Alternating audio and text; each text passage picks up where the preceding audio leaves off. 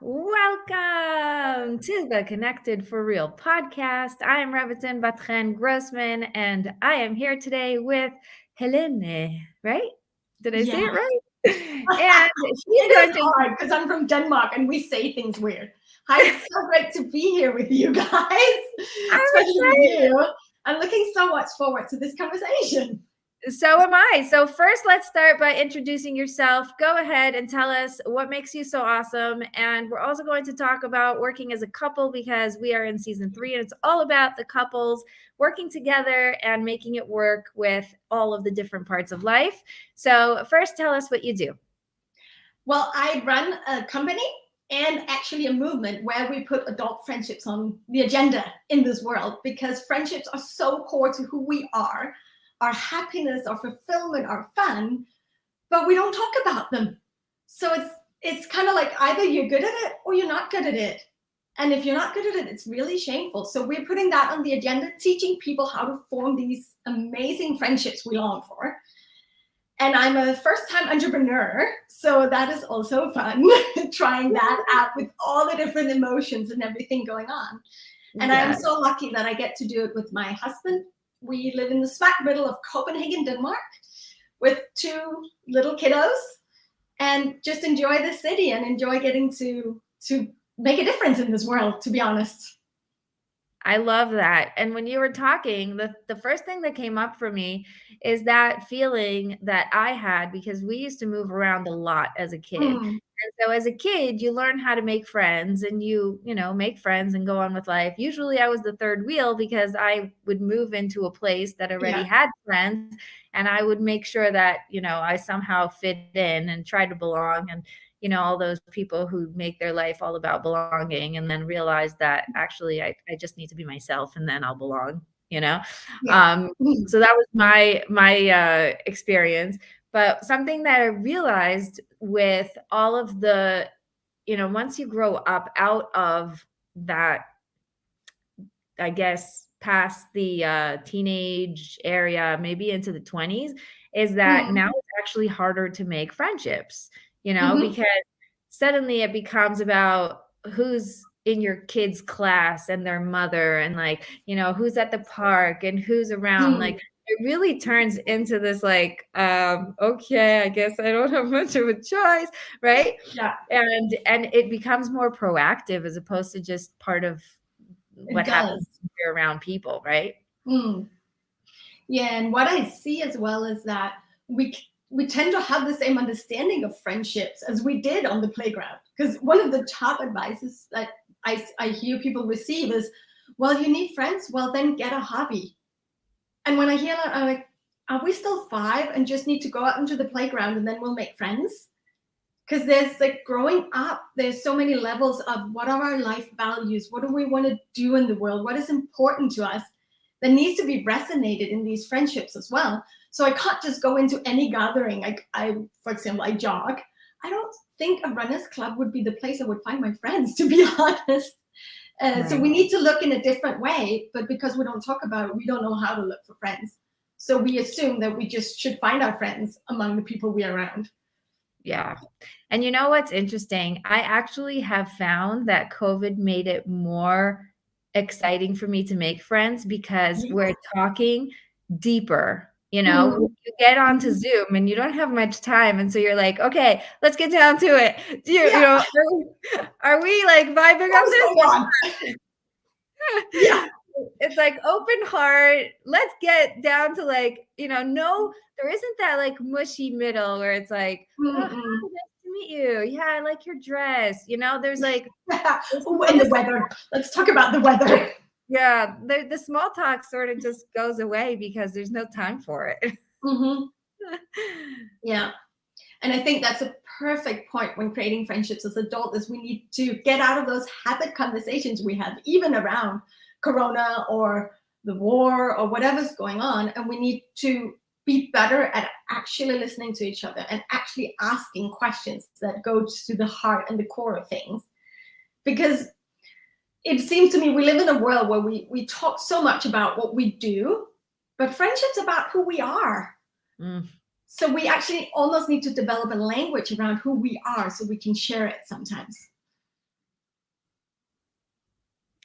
And that's so interesting because sometimes, and most times, we ourselves don't know who we are Exactly. because we identify so much with what we do. Yes, totally agree. And that's even why we have to dig into learning a language around who we are. I'm absolutely in love with a personality profile called the Enneagram that we use a lot because it talks so much and gives us a full language of who we are. And it has strengthened my friendships and my marriage. I have one. I have one. I'm sticking with that one. That's for life. Yes. So to understand these differences, but also to develop this language, because you're right. We attach identity to something that I believe God has never intended us to attach identity to. Right. Right. That's amazing. And can you go deeper into that? What is a practical way that a listener would hear this and say, "Oh, now I know what to do next time I'm, speaking with someone or next time I'm out." What's something practical that they can take away from this conversation and say, "Huh, I feel more ready now to make a friend or to get into a deeper conversation or to be okay with saying who I really am"? Yeah. Oh, there's a lot of different. I think one thing you can do when you want to reach out and get to know someone is just when you ask questions, realize that there's a situation. Whatever happened, you got a promotion. Then there are the feelings and the thoughts around that situation. And already there, that changes from person to person, because if you're really excited and you want to like move along in this world and get a career, then you might be really excited and proud. But if you're a family person who's more into, I want to make sure I have time enough for my kids, you might be worried about this. And then so you have the situation, you have the feelings and your thought, and behind that, you have the deeper values of what is important in your life and your life story. So when you listen to someone sharing something, you can actually go deeper into the friendships by asking about thoughts and feelings, and then again asking about what is the deeper story, the identity story behind this. So that's the first practical if you want to meet people. And then I think if you want to share more about yourself, which is the other side of it in this trust building process that we have when we want to build friends, is that it takes time to learn. So I would suggest that you start by reflecting more about these levels as well for yourself. Whenever something happens for yourself, think about, okay, this happened. What are my feelings? And why do I have those feelings? What is the identity story that I have, or the values that it clashes with, that make me mad, or that make me sad, or that make me disappointed or excited, whatever happens. So you kind of have these levels. And the more you can share about yourself, and the more you can take that into and ask people in relationships, the better you meet. Because you get past what you do and down to who you are, actually. Oh, I love that. I love that. That's so powerful.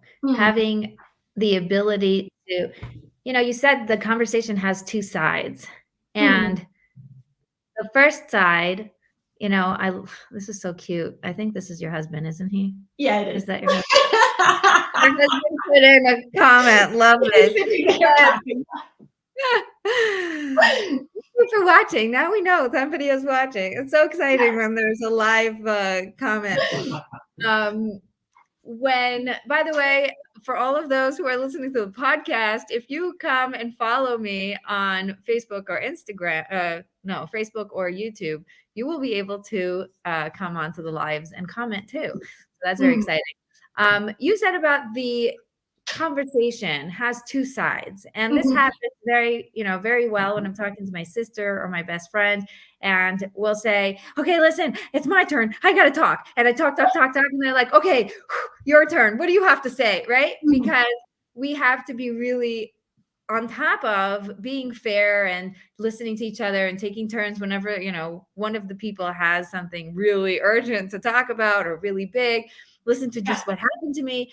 And then my sister will say, I'll listen to you, but I have to tell you what happened to me, so don't hang up, right? And we have that communication, the ability to say both, let's make sure that we both get heard.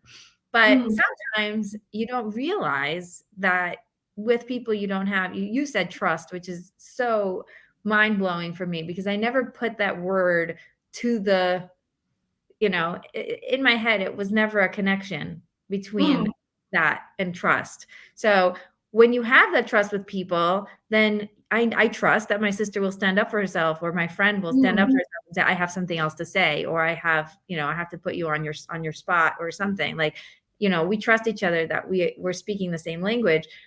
Today I had a situation where I had no trust there, and I didn't feel it. So I was completely unaware when I spoke, because I was not I was human, not in my aware state. I was just like, okay, very comfortable in my skin, very myself, very not aware of what was happening around me. And then when I realized that, the other person, there were a couple of people, most of them were very close to me, or people who know me already, and one person wasn't. And she took it very, very badly and very differently than I would have expected anybody take what I'm saying. And so it put me on my spot. It woke me up. It made me realize that I have to be more careful when I'm around people who don't have that trust, who I don't know for sure that I love them and care about them, right? Because sometimes I will say things and I won't feel the person. So in those, I think it's just really interesting for me to share that, because people are like, oh, you're so perfect. So I'm not perfect. And I think it's so fascinating how the two parts are always playing this yin yang game, right? Because you can either listen to the other person and get them to talk about themselves, or you can talk about yourself. And either way, you can create a connection. But in both sides, you have to be more awake than I was, a little bit proactive. Right? In the conversation. Yeah. I really like how you point out that we need to put more attention into our interactions. Yes. Not just behave like we normally do, because we all do this. Yes, I'm sure I'm not the only one, but it feels really icky when I'm in it. It feels so horrible. I've done that too, like seriously. And I'm nerding and geeking on like conversations and how to build trust. Like I spend my life thinking about this, and I mess up badly as well. So and that's just part of life. And I think it is. First of all, it reminds us that we're normal, we're human, we're not perfect, and that's part of the perfection, is that we're constantly growing. And also, I think if I was too perfect, then I wouldn't be relatable, and then people wouldn't be able to learn, because nobody sees themselves in somebody perfect and says like, oh, she's really inspirational. Like, no, totally. Yeah. I've been working so much being a leader in our church as well. Like I've led youth for like 20 years, and like, I'm not perfect. You're not going to grow up and become perfect. Don't worry about it. Oh, that's the worst, is when kids are like, I just want to grow up and everything will fall into place. Like, no, honey, no. You grow up and you have to figure it out still, start figuring it out now, because it's not going to wait. Like, time is not going to do anything. No. Yeah. But what I really loved about what you said with your sister, though, is something I think is very important in the trust process as well, that you trust that she will share her needs. Because I think that's part of the trust process as well. Actually, it's a big trust builder that we ask for help as well. Exactly. But I think it's also the don't behave like mind readers. Trust that we're going to open our mouths, because we can't read each other's minds. And there's nothing worse than sitting there and having had a conversation that I thought was good, but the other person didn't open their mouth and said, hey, I would like to say something. Right. So it's trusting that as well is a big part of trust. And then I think also with your friend and the story you shared, because we have this tendency to think that friendships are supposed to be light and easy, then having conflicts in friendships is kind of taboo. It's kind of, that's not supposed to happen. But actually going through the conflicts builds trust if we dare to go on the other side. Right. And like we sometimes say, Simon and I, that if you don't have any conflicts in your friendships, they're probably not that close. Mm. Just because we are flawed as people, like you say, we all make mistakes. And if we're not so close that we kind of like rub on each other once in a while, then we're probably not that close to each other. We're kind of still keeping up the facade or keeping up the mask and playing nice instead of being real. Oh, I love this, which brings us to marriage, because Yeah. it's so perfect what you just said. When you're married to someone, you're going to bump into them all the time because they're the closest person to you, right? Yes. And sometimes we think that's a problem, but actually my parents always told us when we were growing up, you're supposed to fight. That's Fighting beautiful. is good. It means you're Yeah. communicating. It means you're talking about things. It means you're digging deeper to find the values and to find what's actually important. And I think I took it differently than, let's say, my brother did, which is very interesting because you can have two people in the same situation as two kids who are very similar in age, and each one takes it differently. I thought, okay, great. My parents have a wonderful marriage. They're fighting all the time. And my brother, he's like, I don't know why they're still together. They're fighting all the time. It's very interesting, right? Yeah. Because you never know how anybody is going to take what's happening in the actual situation. But I think that's really great what you said. We have to be willing to go past that and get to the other side. And then it gets deeper and more meaningful because we actually know now that this really means a lot to me, or I never realized how important it was to be awake when I'm with my friends, right? Yeah. Sometimes you just want to lazy and you just want to be like, I just want to be, without having to think or without having to be on my toes. Yeah. Lazy. Yeah. And there are definitely, that's easier when you have people close to you, but I think it's often, like you said, it's a group where there's different trust levels in the group, and that requires us to be awake, because one-on-one we might know, okay, there's a high trust level, I can just be lazy. Right. But in groups it's just a different ball game as well. Yeah. And that reminds me that one time I was so exhausted, so tired. I think I was pregnant and I was on the couch and I couldn't move and everything was just blah. And my husband was trying to get me to do something and I just wouldn't. I'm like, I'm not feeling good, And then suddenly there was a phone call and it was a friend. I jump out of the couch and I go get the phone and I'm on my, oh yeah, how are you? Blah, blah, blah. And he's like, seriously?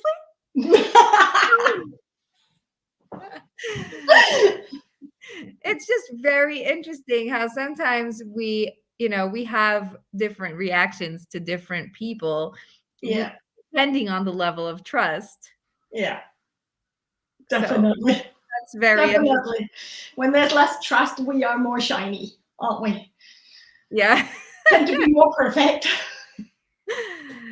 When there's less trust, we're more perfect, you're saying. Exactly. Yeah, exactly. And then the people close to us. And I think that's one of the things where we also have to protect each other. I see that having a company with my husband, serving in church, being parents, being partners, is that we have to have an awareness of how we deal with conflict, and we don't always get the worst of each other, but that we are mindful of being respectful and fight in the right way or discuss in the right way about the differences, rather than blaming or being angry. Or like, one of the things we do is, if I have an off day, which I'm a very feeling person, so there are just days where I'll just be a little bit more tense, let me put it that way, then I will actually say to him, even though it feels a bit shameful because it feels stupid that I'm just tense that day, but just saying, okay, just be mindful that today I'm not on top of the world, because then he knows how to navigate rather than us hitting each other. And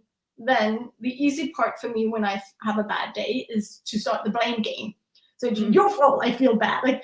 And sometimes I'll go, I'm so sad right now, and I can find a million reasons why it's your fault, but I know it's not. But it would be really nice if it was, but I know it's not.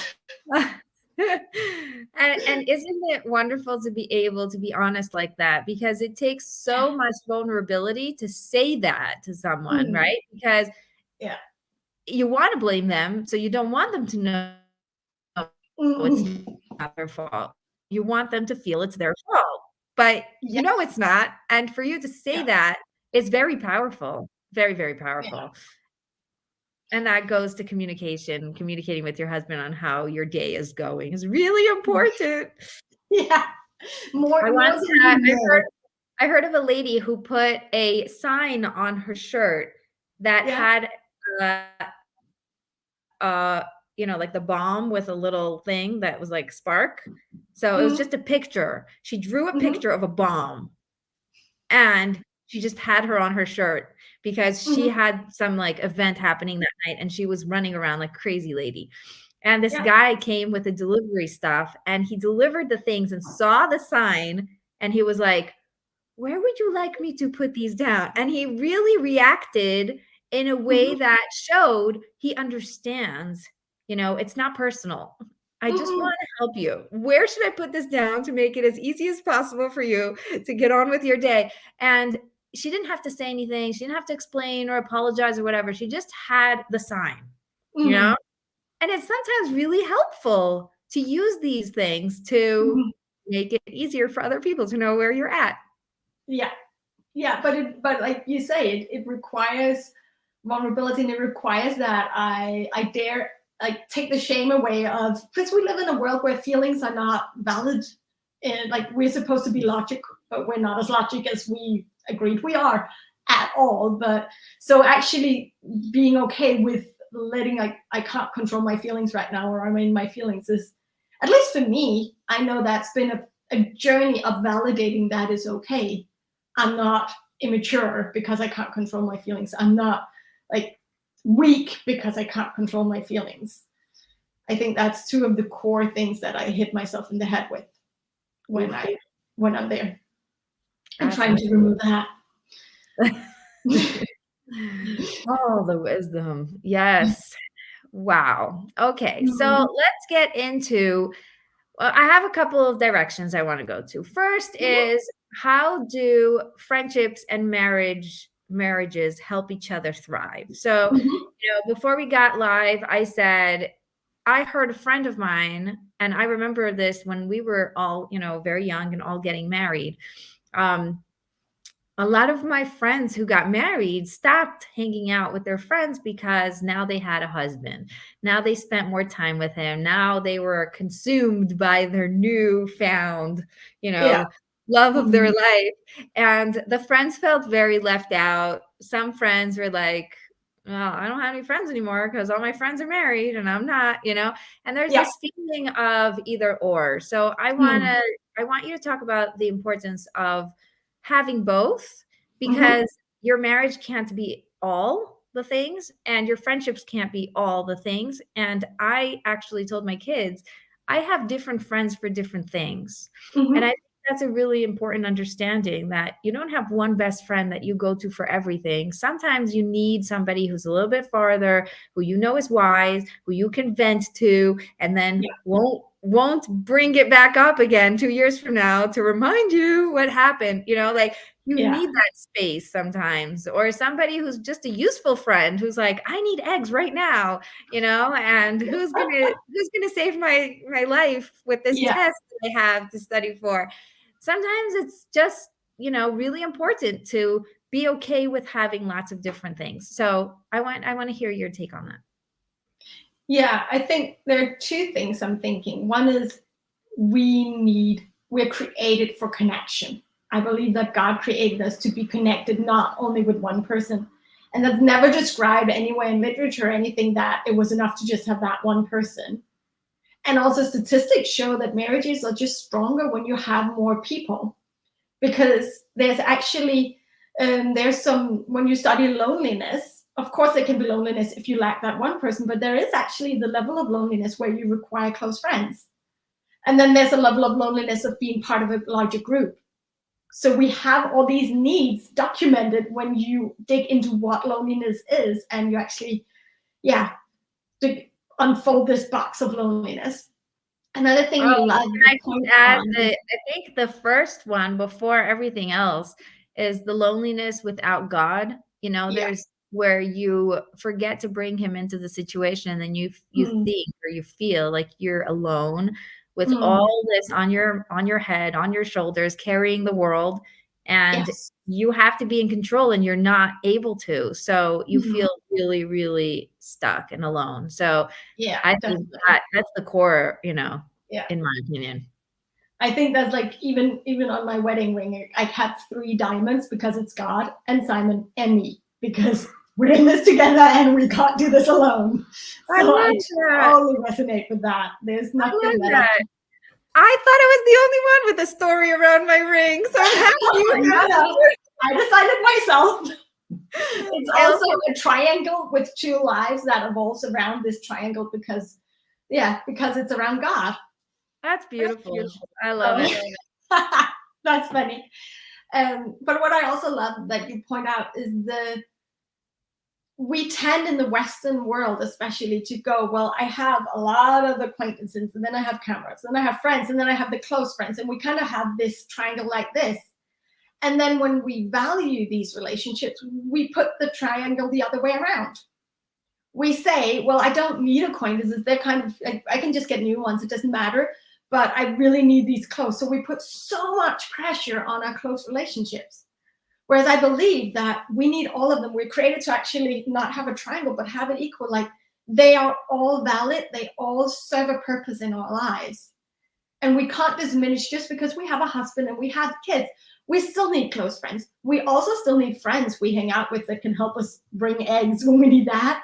We need acquaintances that are simple, and we also need new people in our lives to give us new inspiration so we don't get stuck. It's very common in Denmark that people have the same friends that they've had since before they turned 20, and they just kind of stuck with those friends and never experience anything else or other ways to live their lives. So I think it's just so important to realize that if we want healthy relationships, we actually need to value all of them, all the different levels that you described. And that was a really beautiful example of that. I love that. Yeah. And just also, I'm sorry, I don't know if I'm talking from experience and I'm talking from research, that my husband can't meet all my needs. And if I have that, if I think that, he's always going to disappoint me, isn't he? Oh, yeah. And I love him to bits and pieces. He is my best friend. There's no doubt about that, because friendships and marriage for me is also a really important thing. But it's like, he can't listen to everything. And sometimes I also need someone else's perspective on what's going on. We even had it as we're preventing ourselves from getting divorced by having people who get to see our lives, who get to speak into our lives, who get to see how we're parents, how we're partners, because they just see things we don't. And I need more perspectives than my own because I'm just not that clever. You know what? You said something so smart. My husband is he's an extrovert introvert. So he does his refueling as an introvert, and then he goes out and speaks and, leads and whatever, and then goes back into the cave. I'm an extrovert, so I get all of my fueling as an extrovert. I've only recently started being okay with just being on my own, alone, reading a book. That wasn't my thing. Now I'm getting into it. In the last 10 years now. If I were to need my husband for all of my needs, he would explode. I can imagine. I don't know if he'd be even able to contain half an hour of me being in that state of like, ooh, let's go do something. Ooh, let's go do something. Let's get deep into this thing. And it's like, okay, you go, find a friend, come back to me when you've put it all together and you have actual points to talk about, because I need to talk through my problems, and he's a guy and he needs to, tell me what needs to happen. Let's deal with it. Let's fix the problem. Let's, figure it out. It's very helpful for me to have friends, right? Yeah. And I know that. I know, I'm very aware. So I make sure to always surround myself with new people. Like you said, I think that's really important. People bring in a whole new wave of consciousness into what you already know, because there's, the the fresh perspectives Yeah. you've never heard of. And suddenly it makes you think of, wait, that's not what I've been doing all my life. Yeah. What's going on here? So that's fascinating. It is. I love that. It's having someone who lives their life so differently from you is so beneficial, because it Yes. really opens your eyes even to things that you didn't even think was a habit, or didn't even realize was only given in your culture. Right. It could actually be done differently. I love that. And it keeps us curious. And I think curiosity in friendships is so important, because no matter if you've known each other for 2 minutes or 20 years, we still develop. And this second we start assuming instead of asking, that's when we lose each other. Mm-hmm. That's when we get caught up in our own heads and minds. Like sometimes I say, when we assume, like with the level of fantasy that we are able to create a whole world of what has been going on, we might as well write the next Star Wars movie or something. Right. Because it's just so elaborate what we can assume instead of just asking and being curious. And I think, like you say, meeting new people reminds us to be curious in all our relationships. Yes. Yes. And I think it's also really beautiful that you can go back to the relationships you already have and start being more proactive in those too, right? Like we said, just notice, pick yourself up and be like, oh, I'm actually going to be conscious about this. I'm going to be interested in why this is happening, or what he's saying, or what's underneath in the emotions. How do you feel about that? And what's going on behind the scenes. Just being more interested can blow, like almost blow life into a relationship that is going stale or feels a little bit weak. Yeah. And I think it goes for marriages as well, because I think it is because we don't get to that deep level that it can be hard being in a marriage sometimes as well. But of course, both people have to want to go to that level and actually form language around it. Because I think sometimes I'm a feeler and my husband is a doer. So both of us, when we're in a conflict or something's going on, words are not the first things that come to mind. I feel and he does. And we actually both have to commit ourselves to spend time to translate that so we can talk about what's going on. And we sometimes think that people don't talk about things just because they don't want to. But honestly, it's just because it takes time, effort, and focus to translate and to be able to word it. And even having a vocabulary around our feelings or our core motivations, our core fears, because putting them out there can be so scary, but we might not even know. It might be subconsciously there's a fear riding us right now. I know that I have to, on a regular basis, dig down into my fears going, okay, I feel something's riding me. What's going on? Instead of just letting it be and trying to numb it out. Like, it's so easy to do in our society. Oh, yes. Numb it out. We can go on a whole tangent on that. But I want to address something that you say.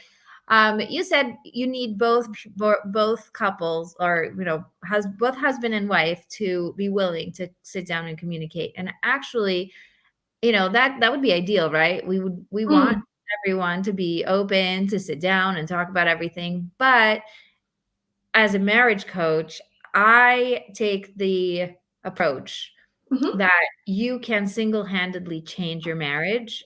And that goes to change your friendships, change your relationships, change everything in your life. Because when really what you were saying is, I need to be able to take my emotions, my doings, my numbings, and translate them into what's actually going on. If I can do that for myself, poof. Yeah. I have opened the door. So I don't need my husband to do it for me to have that transformation. And then when my husband sees that I'm doing it and I'm modeling it, it's much easier to then have the conversation and say, this is what I'm doing. I'm not expecting you to do it too. I'm just modeling, just telling you what's going on in my life. When there's no pressure on the other person to have to do it too, or, then they're able to then, be free to try it out, see if it feels good, see how it works for them. Maybe it's working, maybe it's not, but no pressure. I don't need you to do your processing in order for me to do mine. And Yeah. usually, from my experience, because you're talking about your experience, my experience shows that you can single-handedly completely break through a stale marriage or something that feels like it's not going anywhere by connecting to yourself and getting to know those skills and Mm, their language and really changing the way that you live your life. It's mm. almost like you're changing the dance. There's no way that the marriage could ever stay the way it was when you yourself have changed. So it's going to change somehow. Let's see where it goes from here. I absolutely resonate with the fact that you can create change by changing. Yeah. Definitely. I think when I say that, it's more the, like you say, in the ideal world, and that is the easy process. But the Yeah. journey to get to there, it's definitely, Simon and I have been on that journey because I'm the one that's very aware of my emotional life, very aware of, I remember in the beginning of our marriage, he would, when I would address a subject, he would be like, well, is that a big deal? Or do we even need to talk about it? And then just slowly how we've been working through and finding each other and developing so that we are there, both of us. So I don't think, like you said, I don't think you have to start out that way. I don't even think you have to start out that way in your friendships. Right. But of course, it's hard work when you do it on your own. So I think get in friendships, community. what? My advice to that is get community. Surround yourself with Yeah, people who are also on that path of doing it alone, because suddenly you're yeah, not alone anymore, right? That's the that's power of beautiful. those Yeah. friendships. It's when And you're that's why alone. you really need those friendships to share it with, isn't it? Yes. Yes, and it's actually really beautiful. Yesterday, I have my mastermind every week, Mm-hmm. and it's a group of women who are all working on breaking through their marriage, and Mm-hmm. I have another one for marriage and business. But the community aspect of just being okay with everyone is on this boat together. I'm Yeah. not on my own trying to fight the world and trying to change things that feel like they're unchangeable. There's a bunch of us and we're all Mm. supporting each other and it's all Yeah. okay. Yeah, It's so powerful. it is. And that's And where friendships come into play, isn't it? yeah, and I think that when you were saying about the different levels of friendships, acquaintances and community and whatever, they don't have to be your best friends. Actually, Mm-mm. really, it's nice that no one knew each other before the group, because Yeah. this way you can just present whatever you want. You don't have to say what you don't want. You're very, very safe, very, contained. And at the end of it, you go to your own life and do your own thing and then come back with what you've learned. So the interaction is very interesting and very good. Mm. And from watching it, it's a beautiful way to have the importance of all the levels that you were talking about. You don't Yeah. have to be super duper, close in every way in order to create relationships and friendships. Mm-mm. Or really meet each other in a deep and meaningful and vulnerable way. Yes. You don't have to only have that in the close friendships. No, Yeah, I love I that. really like that. If you were, let's say, to go to a get together and you wanted to get deep, you didn't want to stay in the, superficial level talk. Do you have Mm-hmm. any ideas for people of what to ask or how to listen differently that could Mm-hmm. actually make for good conversation, even just, to entertain yourself so you don't have to feel Yeah, like you're stuck there talking about the weather? I do that all the time. I'm like, I don't want to talk about this anymore. Let's change the subject. Well, Exactly. just even shine. Don't talk about what you do, but what I do often when I meet new people is like, oh, amazing to meet you. So what are you passionate about? What are you passionate about? What's important in your life at the moment? What's taking up your headspace? What are you focusing on in this season? Starting with questions like that already gets you ahead of the game rather than starting with, hello, so your name is, so what do you do? So Right. getting to there is just asking those really practical questions. And then once they share, okay, I'm passionate about this. Okay, then remember the levels again. Like, okay, you're passionate about this. How does that connect to who you are and how you want to live your life? And then another little pro tip I often use is I frame what I say in the sense that I share my motivation. First off, because trust is trusting someone's motivation. So when I openly share my motivation, I'm creating trust. But also to go, I'm asking this because I become really curious when you say this, or I'm longing to hear more because it's exciting to me that you're passionate about this. And when I express my positive intentions with my questions, I don't become nosy. Because I think that's one of the other things that we've taught is like curiosity, that's like nosy, it's tabloid press, it's digging for the dirt. And actually framing, no, I'm not digging for dirt, I'm actually just interested in you. And what I see is that most people, they like that someone's interested in them. Yes. That is definitely a positive. So asking questions about passion, about what's important, getting there is a great way to just start the conversations on a whole different ballgame. I love that. And there was a season in my life that I heard a question that Claire Pels on the Get Paid podcast. So she had a guest and she asked them something, how much money do you make in your business, whatever, like that's her, Get Paid podcast is all about how people get paid. So the lady said she made $17 million this year. Okay. Claire was like, out of curiosity, how did your life change when you realized that's how much money was coming in? And she's like, actually, not really much. We still like to cook, so I didn't get a cook, but we did get cleaning help. And the question was so powerful. Like, how does your life change when you suddenly have $17 million? So that season of my life, I think in every family event and every friendship, thing, and every time I was sitting at the park, that was all I was asking people was like, if you had $17 million, what would change in your life? Yeah. What would you do? What would you, what would excite you? What would you suddenly be like, oh, I'm finally able to do this? And then you realize everything people said was like not anywhere near $17 million worth. It was like, I would start dancing. I would start learning art. I would start, decorating my house. Like, okay, how much is that going to really cost? Right. Or like, I would start writing my book. Okay, so start. Yeah, just do it. But I love how you geek on specific like questions. I do that as well. Like you can even, if you want, if it's scary to start new conversations or you want to do them different, start writing down and evaluating. I do this. I evaluate. How does this question work? Oh, that was a bit too deep. I didn't get any interesting answers from that. So what else could I do then to actually, because we have conversations all the time, but like you said, we're not focused. We're not present in our conversations.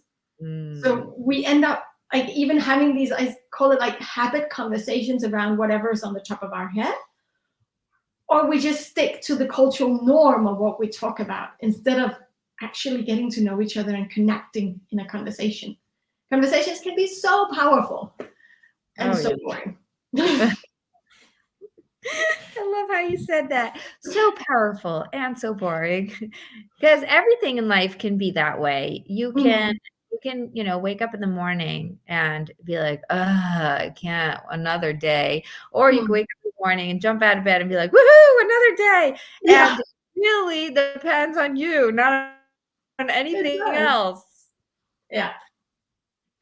And how much you can actually, and I even say that in conversations. Sorry, I just said that even in conversations, like you said, that you can change your marriage. Well, even in conversations, you can be a game changer in the conversation. You can take charge by the questions you ask and the way you listen. And you can totally change the atmosphere of a room just by asking the right questions. Yes. Oh, I also wanted to add another thing that was very helpful for me and also for my kids. Sometimes thinking ahead of what you're going to focus on. So, for example, when we go to my grandparents, they're going to talk to the kids. Hi, how are you? What is up in your life? What's going on? Right? Like they're 90 or whatever, 80 something, and they see a kid. What are you going to talk to a kid about? Right? Or a teenager about?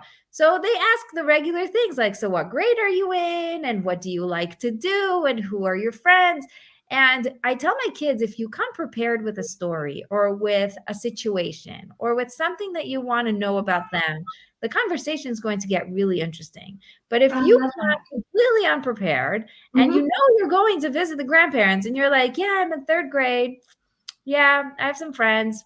Yeah, I don't really Yeah. like math, but whatever, it's going to get very boring very quickly. But if you come and say, I had this issue with a friend of mine. She stole my Mhm. pencil and I didn't know what to do. What do you think I should do? Oh, now you're giving the grandparent an opportunity to be the wise old person to tell you what Mhm. to do from their experience. And maybe did you have a friend like that who was, half here, half there, nice sometimes and not nice sometimes? What do you do about it? Mhm. So it creates a real connection when you come Yeah. prepared. And sometimes Mhm. if you can just stop and think ahead, what is something I'm willing to share that Mhm. isn't, I don't know, the deepest, darkest secret of whatever, but something that's just really may add to the conversation, may pull some really interesting, wisdom Mhm. out of the other person. That's really being proactive right there. Yeah, I love that. And even just preparing for the questions, what do you do and how are you doing? If we just prepare different answers for just those two questions. Oh my Because goodness. they're Yeah. stable. And I'll also say in friendship, like you being aware that preparing for what do I want to share next? Like what trust level are we on? What do I feel a little uncomfortable sharing maybe, but that's what I'm stepping into to build the trust in our friendship is also great preparation. We talk a lot about preparing for friend dates in our program, just because, like you say, preparation can make all the difference. We say in Danish that well prepared is half finished. I don't Oh, know if it goes in English, but I think it goes in the situation at least. it's good. It's good. I like it. Oh, there's a great saying, fail to prepare and you prepare to fail. Boom.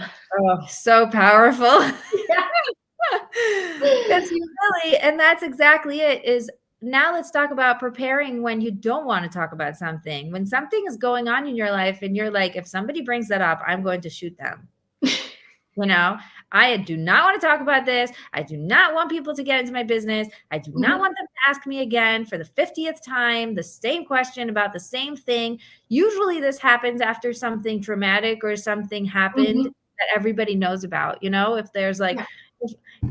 God forbid, if something is in the news, even in the local news about something that happened, you now have to deal with all the people who are concerned and want to know and are ready to help, but you don't want to talk about it. How do you deal with that?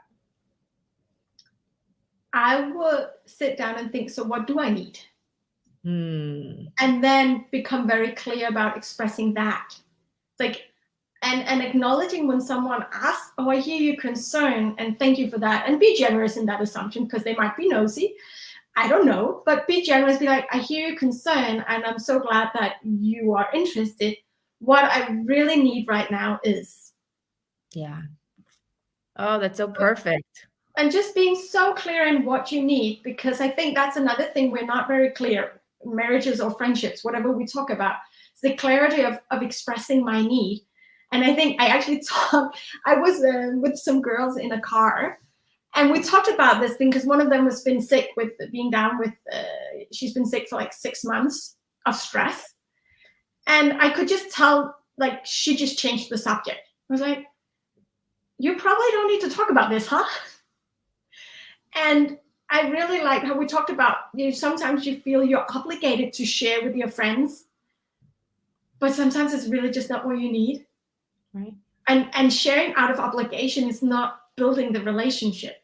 You're actually both losing because you're having to talk about this again and again.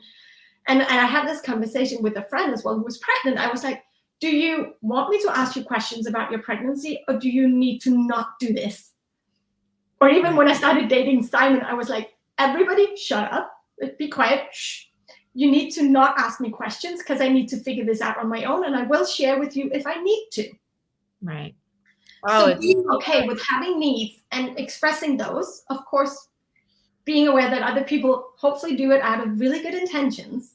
But otherwise, sometimes it's also because it's the easy thing to talk about, isn't it? right. Yeah, that's so great. And maybe like, even then being able to, what do I then want to talk about? How do you then take the situation on from there? Take charge. Yes. Yes. Don't be a victim to the conversation. No, I love that. Love it. I love it. So powerful. Oh, so powerful. Yes. And this is advice I give to women who just have a baby and they're like, everybody wants to just come and see my baby and they don't really care that I'm all tired and whatever. I'm like, tell them what you need. If you're going to come over, make sure you bring really yummy cookies. And you take out the garbage on your way out, or make sure you bring me a meal because I'm really hungry or whatever it is. Yeah. Like, be really clear about what they need to do in order to come through that door. Because if you're not clear, you're just going to be resentful. But if they're feeling a need for you, then you're going to have a feeling of win-win. They got to see the baby, they got to spend time with you, and you got the thing you needed. Isn't that amazing? Isn't that what it's all about? Having that win-win relationship. So be willing to know what you want, which is something we're not very in touch with, which is why in my calm method, the C is connect to yourself. Because if you don't know what you want, then you're not going to be able to do anything. No. I think it's also because we're afraid of rejecting people. So even saying that this is not a rejection, that I don't want to share this with you, or it's not a rejection that I don't want to invite you over to see my baby. It's just that I have a need now that I have to take care of, and addressing that fear of other people feeling rejected. That can also be very powerful and help us to be okay with expressing our need, because we are also sharing that I'm not rejecting you. Yeah, that's what you were talking about before, framing the situation, the conversation, framing it in a way that it's, this is not because I'm nosy. It's the same as, this is not because I'm rejecting you. This is because I have a fascination. I need this right now. This is the season I'm in. So powerful, the framing. Yeah. Love it. I love it. And it helps a lot of situations. What? It really helps a lot of situations when we frame things. It's such a powerful tool in so many ways. Yes. Oh, I love it. I love it. Okay. In the couple of minutes that we have left, tell us how you and Simon are able to keep business and, marriage a little bit balanced so that, they don't sort of flow into each other and become this gray mush. And how do you deal with that? First off, we're still practicing, to be honest. We're all on the same boat. Yeah, it's definitely also because it's something so personal we're working with and we're so passionate about it. What we are trying to do is to have set times we work, because that gives us, now we're off, so we don't talk about this. So that is one thing we try to do. Another is trying to, I have quality time as my love language. So we've talked a lot about our different love languages and how we have to prioritize that. And so we try to grab hold of each other's or our own love language and go, okay, I'm empty. I need this. I know it's not because you don't love me, but this is just low on me right now. I need it. So going for a walk, or just hanging out with each other. So we try to be very aware that who we are becoming is more important than what we're building. I love that. We're becoming as parents, who we're becoming as partners, who we're becoming as friends to other people around us in our community is more important than the tasks we're doing. So we actually evaluate a little as well, to be like, are we becoming the parents we want to be? Are we becoming the partners we want to be? And how do we then adjust? That is also something that we practically do to make sure that we balance things out. And then sometimes we look at each other and go, now we can't talk about work. Now we can't talk about this baby that we're so passionate about, because we just have to have fun, have to do other things together. Right. And we're lucky. We have an 8-year-old who's pretty good at expressing his needs as well. So he was actually one going, you work in the afternoon and I'm sick of it. Would you stop? I miss my parents. And that's amazing that he can actually share that and express his feelings and his need. I love that. Yes. Oh my gosh. Do you want to hear the funniest thing? When Yeah. COVID hit and the Yeah. kids stayed home because there was no Mm-hmm. school, I was still working. And Mm-hmm. so, they complained, "You work all the time." And I was like, "No, I don't. I work during the morning when you guys are not supposed to be here. And Yeah. then, at nights when you're supposed to be asleep, but you guys messed it up, not me." And so it was Yeah. just so funny seeing that they finally, for the first time, saw what I do when they're not Mhm. here, Yeah. you know? And it made for a very interesting conversation about Yeah. what actually happens in real life when you're, doing the thing you're doing. Yeah. Because for kids, I think the most natural thing is like, and nothing happens until I come home, right? Like there's like a pause. Just like the Yeah. teachers, they're all dead during the summer. They come Mhm. back to life, like, in September. It's so Yeah. funny. We have these things like the dentist, he only lives in his little, office and never comes out. Yeah. So It that, is that made for a very interesting conversation, which also, like you said, it puts you in your place because you realize, oh, I actually have to keep to this now, right? Yeah, exactly. I love that. Okay, you're amazing. I got so happy meeting you the first time, and now I get to meet you again, and it's so fun to make a new friend. Tell everyone Yes. how they can follow you and find you and make friends with you and, give you all their money. Or just learn more about friendships. I would suggest if you, like we say that because friendships are so core in our life, we think everyone should be geeking on friendships. So if you don't, you're missing out.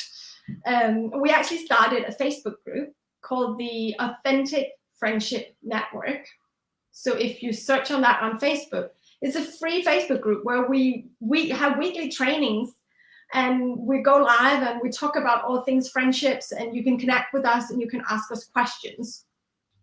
And I also, love if you search for Simon and Helene, and you can see how my name is spelled down here, Simon is a little easier, but Simon and Helene, we're both on Instagram and Facebook. But I think those would be great ways of connecting. And of course, there's always, when you join the Facebook group, you can book a call if you want to have like a connection call around, okay, I'm stuck with this in friendships, or this is hard. I don't know how to share myself. I don't know how to build trust. I'm constantly struggling with finding the right friends. Then bring it around, because it's so important for us to talk about this so that we can show up and be ourselves. Because honestly, we believe that everybody's created for this connection. And it's when we have these friendships that we dare step out and be all that God has created us to be. Right. So yeah, so that's the ways you can do it. But the most like direct way is in the Facebook group, the Authentic Friendship Network. I love it. I'm gonna go be friends right now in that group. Love Sounds amazing. it. I love what you said about the community because, in my religion, in the Jewish way Mhm. of looking at things, we are in the time of redemption. And in the time of redemption, women are going to be leading. And they're Mhm. not going to be leading as like one woman is going to be the leader, like, the way we think of a leader. We're actually going to be a network of women, and we're all Mhm. going to be changing the reality together, and it's a mirror to what happened in Egypt when women were the force of Mhm. what brought on the redemption. It's almost like, it's going to happen again. And I see that happening now, with all these beautiful, amazing, powerful women who are stepping into that leadership position, who are getting out of their comfort zone and willing to be live, to say, I am human and I made a mistake, or I'm, not perfect and I'm doing this anyway. Because even in those little moments, in those little, private things that we're going through, the fact that we have each Mhm. other is so, so powerful. And I Yeah, love that this is your focus because it's such an important focus. it is. And it's not hard. Like no one's teaching us how to do it. So we all have to find our own way. And that's what we're trying to change. Yes. And now you're teaching us how to do it. So Yeah. everybody, let's go join that group. Now you're going to suddenly have like 100 people joining the group. Be like, woo, I thinking, love it. thinking, Looking approving forward all to of them. seeing you all and connecting with you all. Yes, I love it. Okay, thank you so much all for being with us. This was amazing, fascinating, wonderful. Make sure you come back next time, and thank you for being connected for real. Yeah.